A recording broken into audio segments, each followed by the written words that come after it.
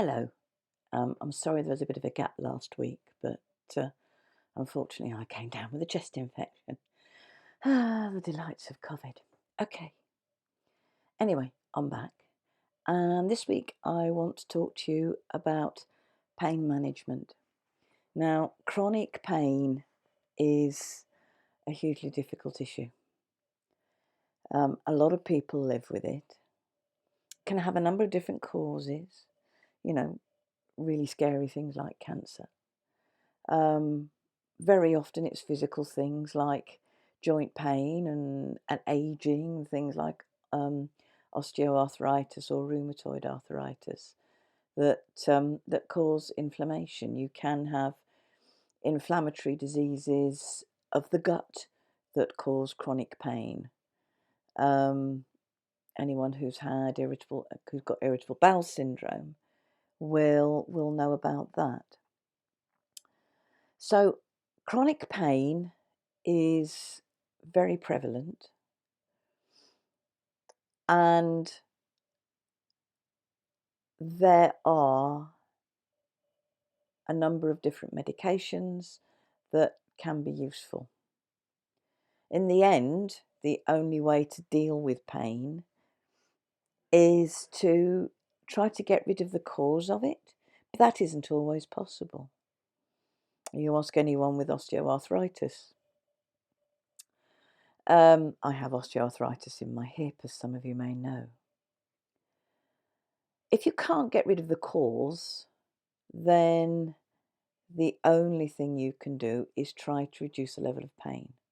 And again, there are many medications out there that can be used. But there is one thing that Western medicine is beginning to realise, and that is that for chronic pain, medications aren't as effective as anyone would like them to be. And if you've got chronic pain, you probably already know this because you're probably on a cocktail of drugs that give you different side effects, and you probably still have problems. I think what you need to remember is that the pain would be a lot worse if you weren't taking the drugs. Pain is one of those things that sits straight in the middle of the mind-body interface. Because when you've got physical pain, it's very draining and it affects your mental health and well-being. But also, when you are dealing with a mental health issue, when you're feeling down and depressed, that will tend to make any pain worse. Now, the good news is that pain management is one of those things where a mix and match of approaches works really, really well. You are not limited to only using one drug or one non-medical approach. And there are a number of non-medical based approaches to pain relief. Now, if you are taking medication, don't stop. Please don't stop. And if you are on a number of different medications, the chances are you probably need them all, because the different drugs take a different approach to pain, because pain is caused in a number of different ways. Obviously, it's mediated by the nerves, but there's also receptors in the brain. There are local receptors at the site of the pain. And medication will tackle different bits of the pain cycle. So if you're taking a very common combination of paracetamol, a non-steroidal drug, something like diclofenac or ibuprofen, plus an opiate or opioid like dihydrocodeine, codeine, that is normal. They work by different approaches. And people tend to underestimate the value of paracetamol because you can buy it over the counter. Paracetamol is actually a really good basis for management of chronic pain. And you use that together with the non-steroidal and the opioid to attack the pain in different ways, and they all work together. And as long as you are taking only the prescribed dose, you're not going to be at risk.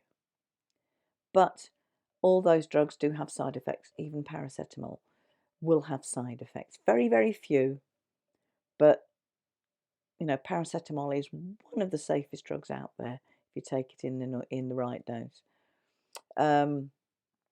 Other drugs have worse side effects.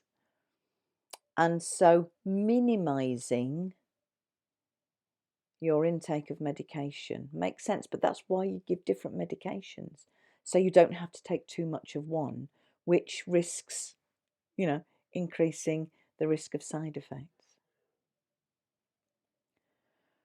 But non-medical approaches can sit very well alongside medical approaches. Now, in medical approaches, I include things like physiotherapy exercises, and this is one reason why I practice Tai Chi as much as I do,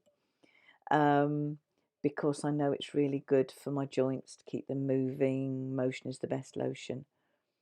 So if you've got chronic joint pain, do please consider popping over to my Patreon or over to my Twitch channel and having a look at some of my Tai Chi Tuesday streams, because Tai Chi is really good for chronic joint pain. But not all pain is joint pain. And I'm now going to stop differentiating, and I'm going to focus on what goes on up here when you're struggling with pain. Because basically, until the signal reaches the pain receptor in the brain, you don't go out. What opioids do is block the pain receptors in the brain. But did you know you can produce a natural painkiller? You've almost certainly heard the term endorphins. They're one of the happy chemicals. Well, endorphin is short for endogenous, which is a fancy way of saying it occurs naturally in the body, morphine. So you can produce a natural pain-killing chemical in your brain, which doesn't have the side effects of the artificial one.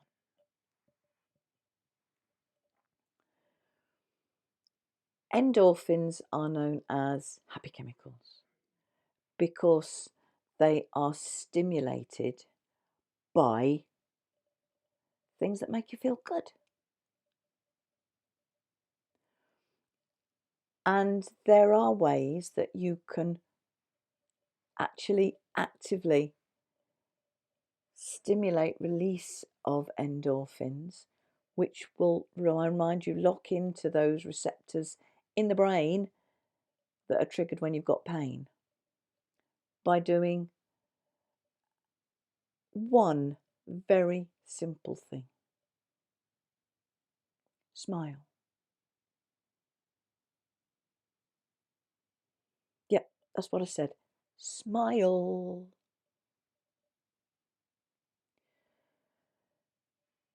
When you smile, when you put your face into that particular set of, the muscles that you when you smile, the muscles go into a particular position, and over the years, your brain has learnt to associate muscles being in that particular position with you being happy, relaxed, naturally releasing endorphins. Now, this is due to a thing, you might have heard, I'll have to do a session on here about NLP anchors, but neuro-linguistic programming, which is the scientific name for this sort of thing, effectively works because how you think affects how you act and how you feel, which makes sense. If you're feeling good, you're going to act and react in different ways. The thing is, the cycle works in every way. So if muscles go into a certain physical relation to each other, that over time your brain has learnt to say, oh, that particular muscle set, now, oh, that means she's feeling happy. I need to release endorphins. That is what is called an NLP anchor, because you can actively link a certain feeling like confidence or calmness or whatever you want to do to a small gesture. It takes practice, it takes repetition, it takes visualization, but it gets to the point where you can make the small gesture and just tap into the feeling that you want. It takes practice, a lot of repetition, but you can do it. Now, the thing is, every baby develops a natural NLP anchor, because every baby learns to smile when something nice happens. And it becomes so ingrained that when you make the smiling position with your face, your brain automatically thinks, oh, this person's feeling good. We want endorphins, we want serotonin, we want all these other things. So literally, smiling when you don't feel like it, putting your mouth into that position can help you feel better. It can release endorphins. And I'd like to take you through an exercise that I learnt from a wonderful book by the amazing Paul McKenna many years ago. The book was called Change Your Life in 7 Days, and he, in one chapter, talks about an exercise called the inner smile. So if you're able to, just shut your eyes for a moment and make a very gentle sort of secret smile. Doesn't have, very subtle. Just the gentlest upturning of the mouth, the kind of smile that you make when you know a secret that nobody else knows, and it's really good, but you don't want to let anybody know.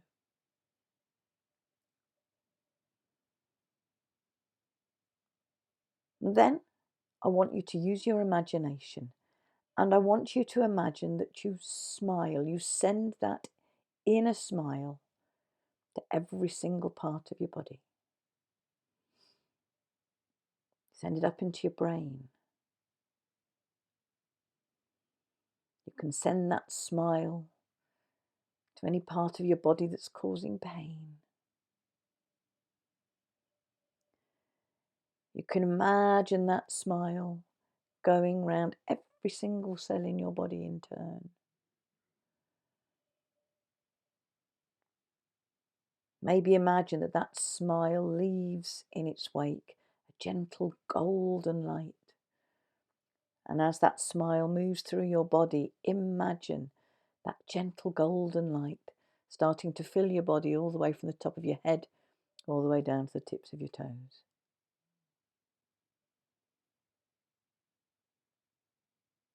Take as long as you need, and just imagine that golden light, that inner smile, spreading through the whole of your body. And that is a very good way of releasing endorphins. It's also a good way of making you relax.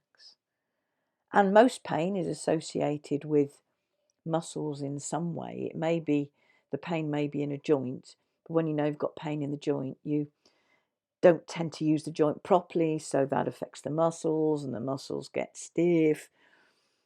And when you relax muscles, the pain associated with that goes, and maybe the joint can move a bit easier. But there is another much easier visualization that you can do for chronic pain. Well, this may be easy for some. I've got to be honest. This may be one of those where you listen to some of the techniques and think, oh, that doesn't work, and then you'll listen to those and say, oh, that's brilliant. So if the idea of the inner smile works for you, brilliant. But there is another technique that you can use. If you have chronic pain, whether you have it at this moment or not, I would like you to imagine your pain as a shape and a colour. Don't think too hard about it. The first thing that comes to mind is almost certainly the correct thing. But generally, the colours associated with pain tend to be quite bright and sharp. So reds often come into it. And the shapes tend to be spiky, with sharp corners to represent the sharpness of the pain. But whatever works for you. Now, if you've got pain at the moment, it's probably quite easy to imagine the shape and the colour. If you haven't got pain, just you know what your pain feels like, you can still do it. Okay, so now you've got the shape and the colour that represents the ouch, I've got pain state. Now this is where the imagination gets a little bit harder at times, but stick with it. What I'd now like you to do is to imagine a shape and a colour for the absence of pain. Yes, you do know, you can remember what that's like.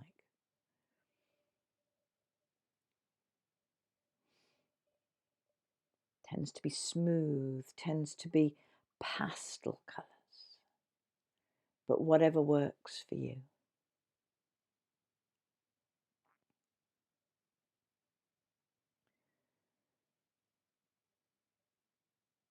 So now, and this is especially true if you have pain at the moment, close your eyes, imagine the shape and colour that represents your pain.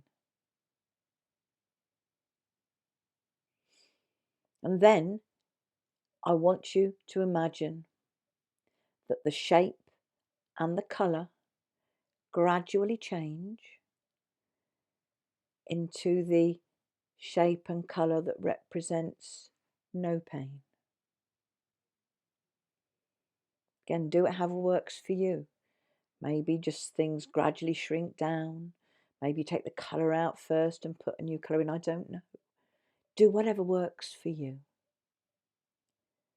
This is under your control. You're going to change the shape and colour that represents your pain into the shape and the colour that represents no pain. However works for you.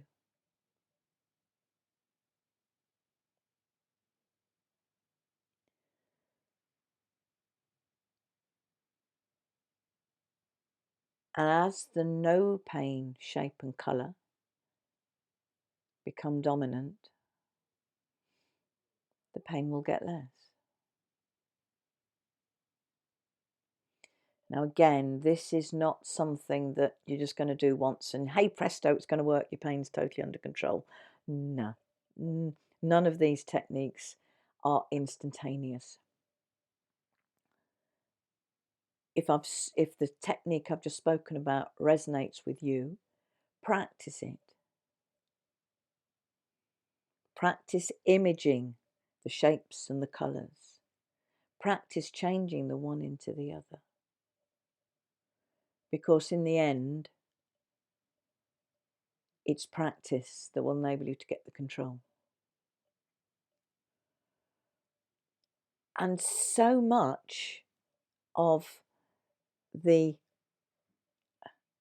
horror that is chronic pain happens. And so much of the stuff that happens around it happens because you feel you have no control over it. And what this colour changing technique does is it's something that you can do. It gives you a certain amount of control.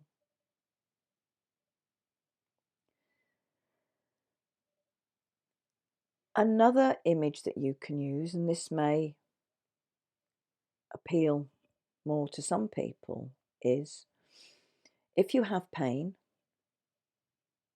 you've probably been used to this before, on a scale of 1 to 10, how bad is your pain at the moment?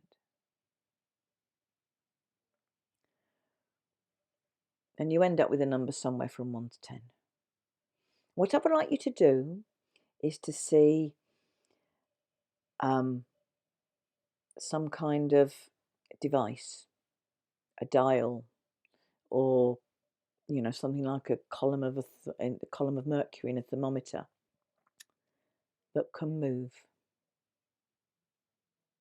Right now, the dial is at your current pain level. Imagine your device, whatever it is,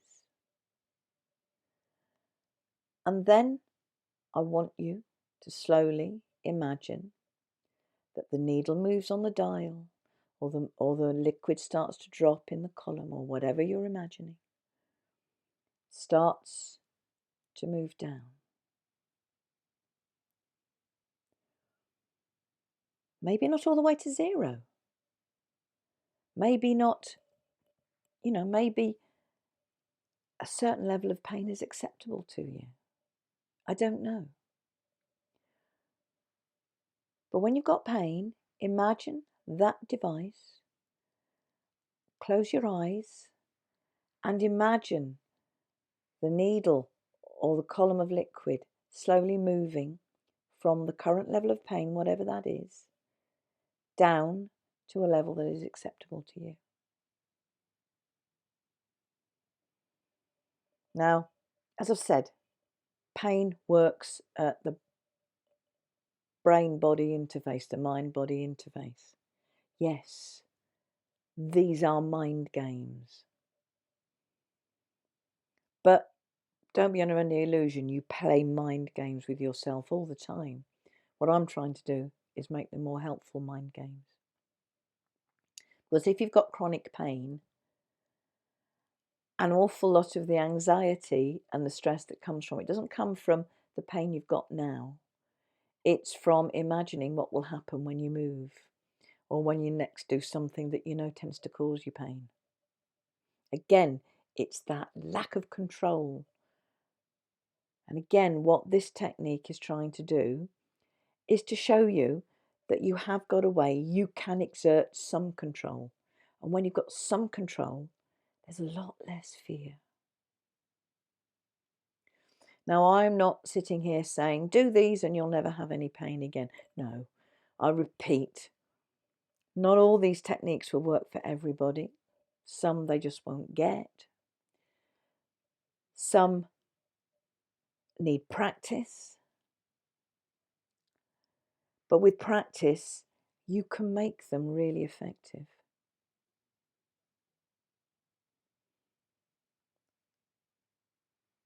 And they will add in to whatever medication you're taking. So you might actually find you need less medication. Now, another technique that works at the mind-body interface that Western medicine now knows works really well for pain is mindfulness. Now, I do mindfulness sessions on my Twitch channel every Monday. So if you've never tried mindfulness, do pop over there. Do pop over to my Twitch channel. Details are on this channel. And I've also got a Patreon where I try to get all the YouTube and Twitch stuff together in one place. So there's one place that you can go. And again, details of my Patreon are in the blurb about the channel. So mindfulness, we know, is very good. The problem with all these sorts of techniques is they do need you to put the effort in. But actually, that's true of everything that people will do to help you with pain. If you go for physio, it's not going to help if you don't do the exercises. If you're prescribed medication, they're not going to do any good unless you take it. You've got to commit to doing the things that will help you control your pain. Now, I'm the first person to admit that swigging down tablets every so often demands a lot less effort than doing Tai Chi or spending 10 minutes being mindful or even putting the practice in to use the visualizations. Only you know what's acceptable to you. But if you want to gain more control over your pain, the sort of techniques I've spoken about today can be really, really helpful. Now, all these techniques that I've spoken about rely on a level of hypnotherapy. I'll repeat, I am a trained hypnotherapist. I haven't hypnotised anybody over the airwaves. That's not what I do. Because it would be very risky, and I don't do it, but I use hypnotherapy techniques I learned to do. Although I learned about them before I trained as a hypnotherapist, I learned to do these techniques and teach them to others as part of my hypnotherapy training. So what I'm saying is I do actually know what I'm talking about. All the techniques I teach on here, I'm fully trained in and insured to use. But there is another technique which can be really useful for pain, which actually has other uses as well. And it's called the emotional freedom technique or the tapping technique. And it looks utterly bonkers, but I have to say it can be really, really effective. Now, next week, I will talk about the emotional freedom technique, how to do it, how to make it work for you. But if in the meantime you want to go to YouTube and Google emotional freedom technique, you will find loads of videos out there. You don't actually need me. But I'm still going to do it next week because I think it's quite an important technique. But the way I talk, the way I use it, it's actually, it's called emotional freedom because it helps you release strong emotions. Well, how can that possibly help with pain? Well, if you've got chronic pain and haven't got strong emotions about it, that there's something very wrong with you. But what the emotional freedom technique about is loving yourself. And very often when you've got any health problem, you hate yourself. If you've got pain, you hate yourself. You hate the bit of your body that causes you pain, and that just all makes the pain worse. So the emotional freedom technique is actually about learning to love yourself. And if that sounds like something you might like to dive into deeper, that's what I will be talking about next Wednesday. Okay, I do these and I do my Twitch streams. They are free of charge and they will remain free of charge. But if you find what I do helpful and would like to give a little bit of support to show your appreciation, do please consider becoming a Patreon subscriber. It costs £1.49 a month. And my subscribers do get extra stuff that's only available to subscribers. What is your health and well-being worth?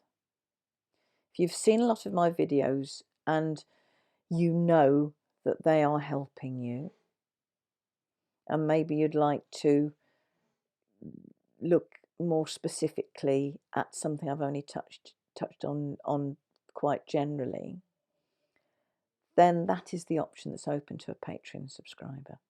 Even if you don't want to do anything else, if you find these are helping you, how much is your health and well-being worth to you? Now, I know times are hard. I know so many people are struggling. Please do not feel under any obligation to become a Patreon supporter. All I'm saying is that if you are finding these sorts of things helpful and would like to give back a little, it is a gesture that would be very, very much appreciated. I'm going to end this video now by saying thank you for watching. Thank yourself for taking the time to watch and do something that could be good for you. Because in the end, your health and well-being depends totally on one person, and that's you. That's you being prepared to do the things that will help support your health and well-being. I don't have a magic wand. Totally out of stock. Ran out of them years ago because there aren't any. If you've got a health issue, whatever it is, it's down to you to be prepared to do what works for you and what helps you so that you can live the sort of life that's acceptable to you. Now, having any health condition means making compromises. You have to be realistic and pragmatic.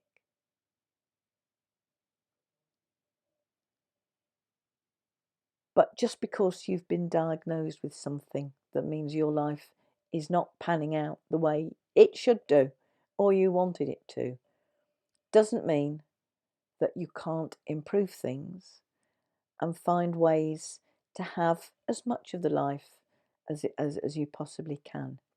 But it comes down to you recognizing that in the end, what goes on in your mind and in your body is down to you. Now, maybe the decision that you need to take is, yes, I am going to take that medication, or I am going to do those exercises.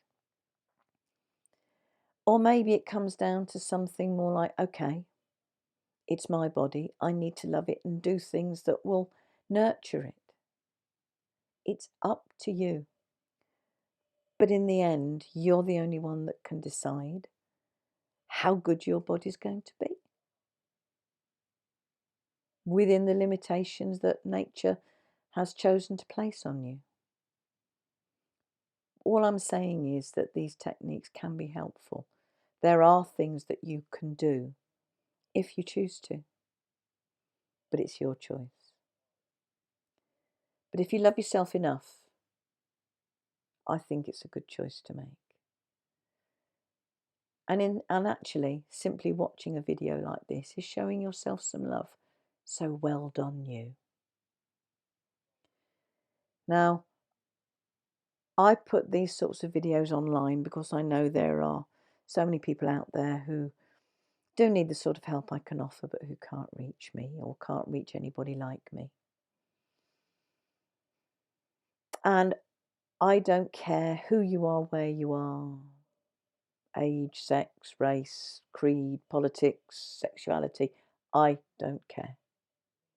If you are a human being watching this and understanding this, then I know that you have within you that divine spark, which means I need to honour and respect you.